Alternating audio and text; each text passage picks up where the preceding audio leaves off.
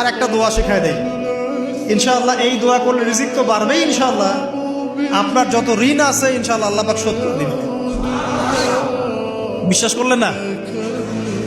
এই দোয়া শিখাই দিচ্ছি, এই জন্য আমাকে হাদিয়া দেওয়া দরকার, স্পেশালি আমাকে এখন হাদিয়া দেওয়া দরকার। এটা গুরুত্বপূর্ণ দোয়া শিখাই দিচ্ছি। আলী রাদিয়াল্লাহু আনহু বলেছেন, কোনো ব্যক্তির যদি পাহাড়ের সমানও ঋণ থাকে, এই দোয়া যদি আমল করে আল্লাহ পাক ওই ঋণও শোধ করে দিবেন ইনশাআল্লাহ।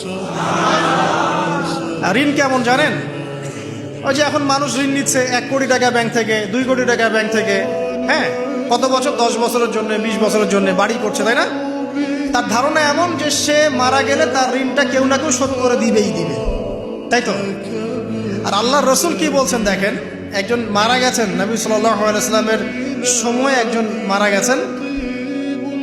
তো নবী করিম সাল্লাল্লাহু আলাইহি ওয়াসাল্লাম বলছেন, এই ব্যক্তির কি কোনো ঋণ আছে? একজন সাহাবী বলেন, হ্যাঁ ইয়া রাসূলুল্লাহ, তো ঋণ আছে। নবীজি বললেন, তোমরা ওর জানাজা পড়ো, আমাকে ডেকো না। তোমরা ওর জানাজা পড়ে নাও, আমি জানাজা পড়তে চাচ্ছি না। আমি এখন কেমন করে আপনাকে বুঝাবো ঋণ কত ভয়ঙ্কর জিনিস? এটাই হচ্ছে আল্লাহ পাকের সেই আয়াত, ওয়া মান ইয়াত্তাকিল্লাহ ইয়াজআল লাহু মাখরাজা। আল্লাহ পাককে যে ভয় করবে আল্লাহ পাক তার জন্য রাস্তা খুলে দিবেন ইনশাআল্লাহ।